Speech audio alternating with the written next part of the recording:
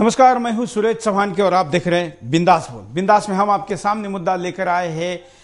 वैसे तो ये सवाल पूछना नहीं चाहिए, लेकिन आखिर उस सरकार को तो हम बताएं कि देश उसके बारे में क्या सोचता है, इसलिए पूछ रहे सवाल कि क्या सरकार असंवेदनशील हो गई है।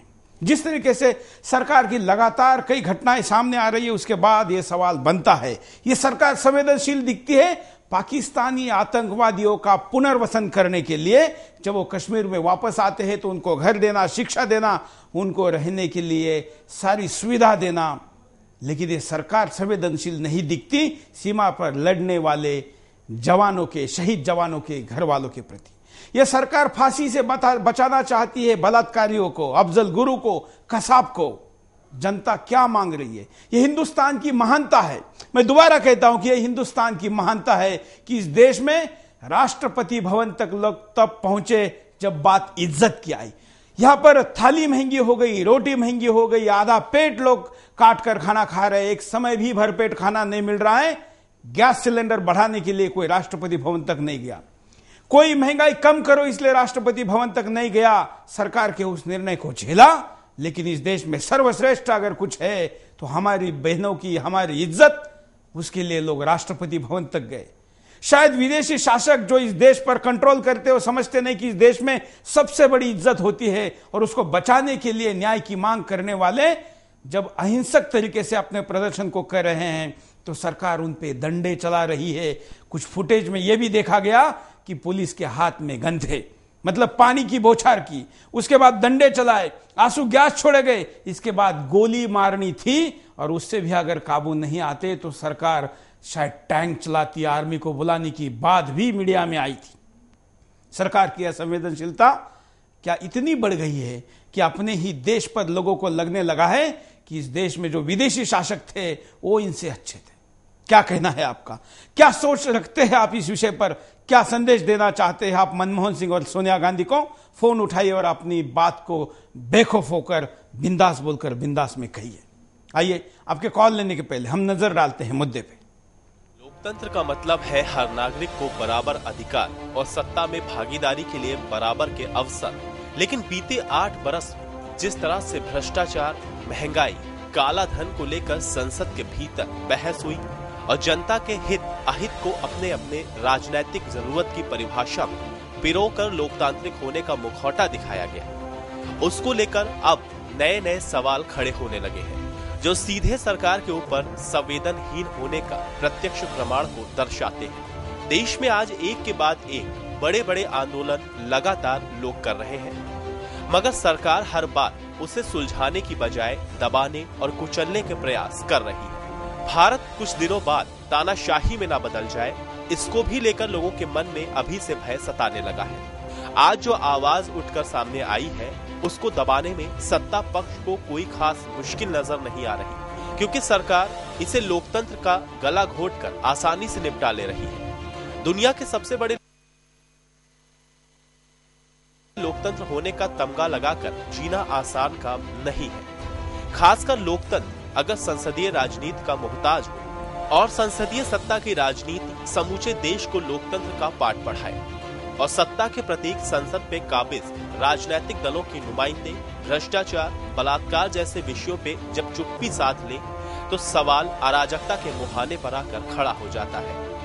आज देश का आक्रोश बलात्कार पीड़िता को न्याय दिलाने के लिए सड़कों पे उमड़ रहा है और सत्ता का शिखर रायसीना हिल्स अगर डगमगा रहा है तो इसका एकमात्र कारण भी सरकार की संवेदनहीनता ही है, जो समय रहते किसी भी मसले का समाधान निकालने की बजाय उसे रफा दफा करने का प्रयास करती है। आम इंसान की बिसात क्या जब इस देश में महिला आईएएस अफसर मधु शर्मा के आईपीएस पति को ठीक उसी दिन हत्या कर दी गई जिस दिन महिला दिवस था। अफसर की विधवा जो खुद भी आईएएस ऑफिसर है, जिसे खून के आंसू पीने पे मजबूर कर दिया गया, तो किससे न्याय की उम्मीद की जा सकती है और किसे न्याय मिल सकता है? फिर भी देश ने बर्दाश्त किया, मगर लगता है अब लोगों को न्याय से उम्मीद टूट चुकी है।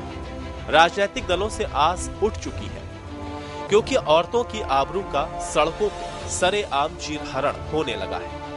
आम आदमी के अधिकार को दलाली के बाजार में बेचा जा रहा है, तो ऐसे में यह जन आक्रोश बुलंद होना आम आदमी के गुस्से का प्रतीक को याद दिलाता है। जो बार बार सरकार की संवेदनहीनता को दर्शाता है। दिल्ली में दरिंदगी की दहला देने वाली घटना के बाद जो माहौल दिखा है वो कोई पहली बार नहीं है।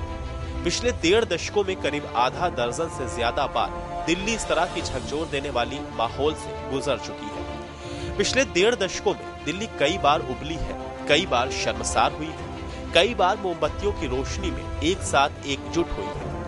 लेकिन खीज और हताशा यही है कि बार बार ऐसे मौकों की पुनरावृत्ति हो रही है। सवाल है कि गुस्से से उबल रहा देश इसकी पुनरावृत्ति के लिए क्यों मजबूर हो रहा है?